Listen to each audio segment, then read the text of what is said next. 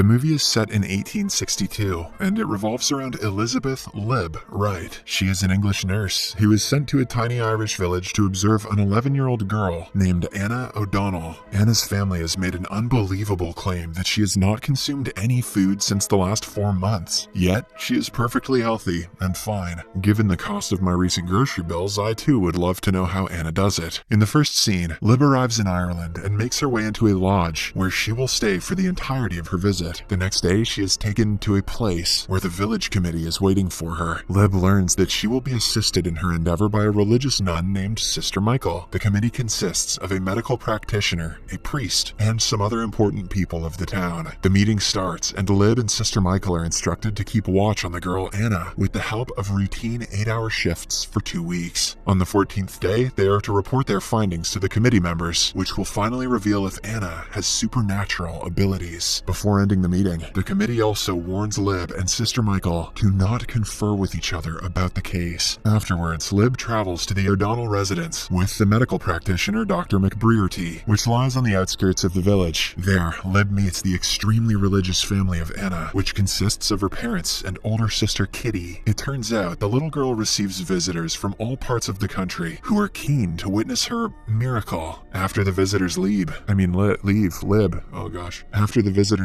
Lib goes upstairs and finds Anna in a healthy state. But strangely, the little girl keeps on praying after every hour as if she is asking for something. When asked about her secret, Anna claims that she consumes manna from heaven to remain alive. According to the Bible, manna is an edible substance which God apparently used to distribute. Later, at dinner, Lib notices a family photograph which also includes a young man. On inquiring, she learns that he was Lib's elder brother, who passed away a few years ago due to a mysterious illness. The same night, before going to bed, Lib is seen taking some kind of liquid hallucinogen, which she keeps in a small pocket along with some baby boots. After taking the supposed drug, she pricks her finger, draws blood from it, and then licks it. She does this every night before sleeping, in order to cope with her stress and past traumas which are not specified, but probably have to do with being some sort of vampire hippie. The next day, Lib takes Anna out into the fields for a walk before examining her room to check if there are any places which can be used to hide food. However, she doesn't find anything suspicious. While leaving, Lib expresses her concern to Dr. McBrearty about the large number of visitors that Anna gets. She asserts that for a serious study, Anna needs some quiet and isolation, to which the doctor agrees. The following morning, while having breakfast, Lib meets a guy named William Byrne, a local man who now works as a journalist for the Daily Telegram in London. William mentions that he's been sent by the company to interview the miracle girl, Anna. However, Lib informs him that Anna is not taking visitors from now on, as per the doctor's request. Later, at the O'Donnell household, Lib chats with Anna's sister Kitty and learns that the last thing Anna had eaten was wheat and bread. It turns out that it was on her 11th birthday. That night, as Lib is keeping watch over the little girl, she fiddles around with one of her toys and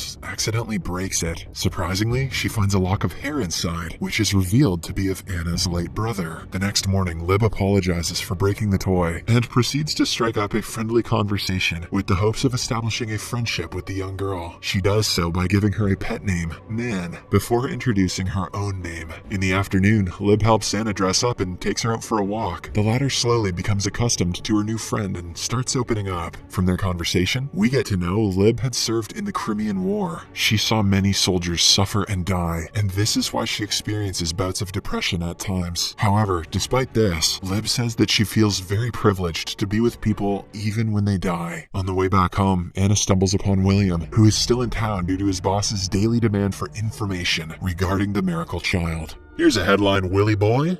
Shove it up your ass. He presses Lib for information, and the latter finally reveals that nothing but water has passed through Anna's lips in the past few days. However, William doesn't believe it and calls the whole thing a hoax. As the days pass, Lib notices something strange. Every night before bed, Anna's family prays with her, and the mother even kisses her mouth as part of the ritual. Suspecting that it has something to do with the whole case, one day, Lib banishes the family from getting in contact with Anna. She lies that it is a requirement of the watch, as per Dr. McBrearty's orders. The family becomes very distressed because of the new rule. Surprisingly, the very next day, Anna's health begins to decline, possibly because of the lack of nutrition in her body. Lib informs the journalist William about it, and the two decide to wait until something conclusive comes up. The same day, as Lib carries out her regular inspection and checkup of Anna, she finds out that the little girl's teeth are decaying and that one has already fallen out. On her way back home, Lib meets Anna's sister Kitty, and the two strike up a conversation. Kitty reveals that she and William were once close friends before he was sent to school in England. He studied for years and returned, but by that time his entire family had perished due to the Great Famine. Hearing this, a shocked Lib returns to the lodge and tries to comfort William. One thing leads to another and the two end up having coitus. I wonder if they also drank each other's blood. The next morning, as the two talk about their past, Lib reveals that she had previously given birth. However, just after 2 weeks, the baby died and her husband disappeared soon after. This is the main reason she decided to leave for the Crimea War. Later in the afternoon, Lib takes Anna out for a walk and introduces him to William. The little girl is skeptical about the meeting, but William eventually wins her trust by giving her a thaumatrope toy. Unfortunately, that evening, Anna's well-being gets even worse, so Lib requests her parents give her something to eat. However, they refuse to do so, claiming that Anna had previously sworn to never eat again. Left with no choice, Lib heads over to Dr. McBrearty's office and explains the situation to him. She requests that he convince the committee to stop the watch, but Dr. McBrearty refuses. He claims that Anna is converting sunlight into energy, and so they have nothing to worry about. Before the meeting ends, he orders Lib to do her job, which is only to keep watch and not to diagnose Anna anymore. One day, during her shift, Lib is unable to see Anna suffer and becomes desperate to save her. As a result, she goes downstairs and asks for a bowl of soup for herself. Lib then proceeds to force-feed Anna by shoving a tube down her throat. However, when the little girl continues to cry and revolt, she realizes her mistake and withdraws the tube. At this point, Anna has started having difficulties in breathing, so Lib comforts her and profusely apologizes. A few hours later, William and Lib take Anna out for a walk, hoping that the fresh air can cure her ailment. As they wander around the beautiful landscape, William informs Lib that he has already submitted his report, titled Murder by Degrees, in which he blames Anna's expected death on her own family and on the community. He then proceeds to explain the contents, but just then, Anna has trouble breathing and faints on the spot. Panicked, Lib quickly carries her back to the house, while William retreats home as he cannot be seen with Anna, as per the committee rules for the watch. After further inspection, Lib finds out that Anna's lungs have collapsed, which has resulted in her constant coughing. Without proper medical intervention, she is not going to last, even for a week. The next morning, as a distraught Lib is having breakfast in her lodge, she goes into a deep state of thought and finally deduces O'Donnell's tricks. Wasting no time, she then makes her way to the house and confronts Anna. Lib has found out that the manna from heaven, which Anna refers to, is actually chewed up food that her mom feeds her while they kiss during their daily prayers. This means that the little girl has been eating all along, but she is oblivious to it because of the constant brainwash she experiences day in and day out. Anna believes that the chewed up food is actually a gift from God. I thought the kisses just tasted like food. However, when Lib informs her about the truth, Anna finally realizes that she has been duped. She then goes on to disclose the reasons for her fasting. It's revealed that her late brother had often mistreated her in the past. Their parents knew about this, but didn't do anything to intervene. Instead, after the evil brother passed away from a mysterious illness, they blamed his death on Anna. Now they are forcing her to pray every day, so that the evil brother can escape hell and go to heaven. They know that Anna will die due to starvation and malnutrition, but they don't care. Hearing all this, a shell-shocked Lib decides to relay all this information to the village committee. In the next scene, she calls a meeting of the council and informs them of her findings. However, to her dismay, none of them believe her. Even her partner, Sister Michael, denies seeing anything suspicious. Later, Anna and her parents are also called for a proper questioning. But, as expected, the cunning parents deny feeding Anna anything other than manna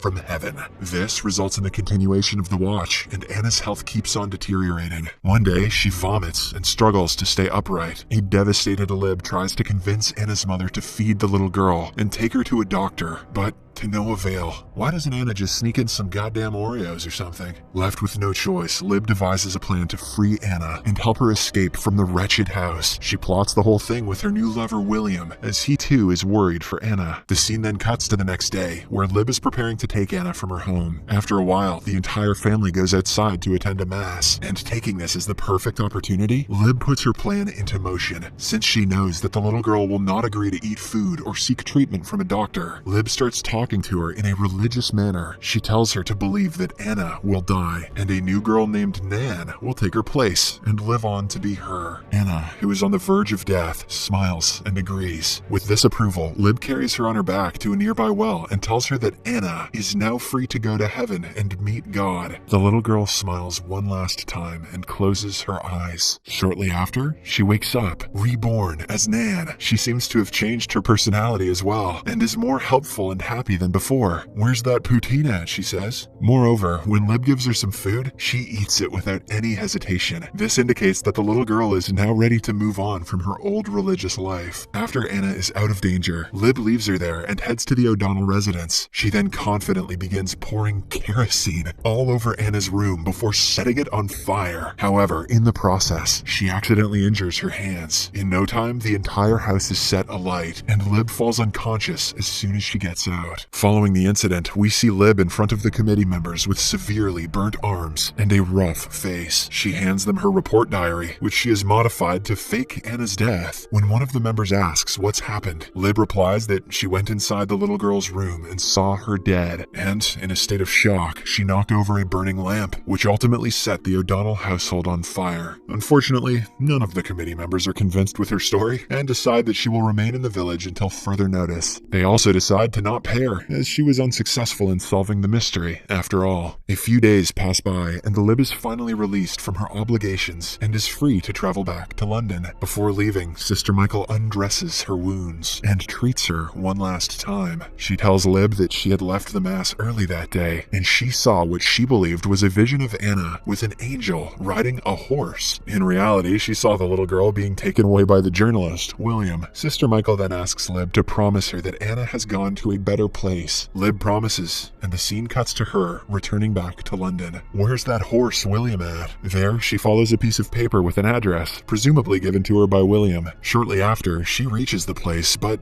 doesn't find anyone nearby. Suddenly, she hears a knock from a window, and to her surprise, she sees Anna, all healthy and well. She also reunites with William, and the three take a family photo. In the final scene, they board a ship to Sydney, and all three of them change their names to make sure that their past lives don't come back to haunt them. The movie ends with Lib and William happily looking at Anna, snuffing her little cheeks.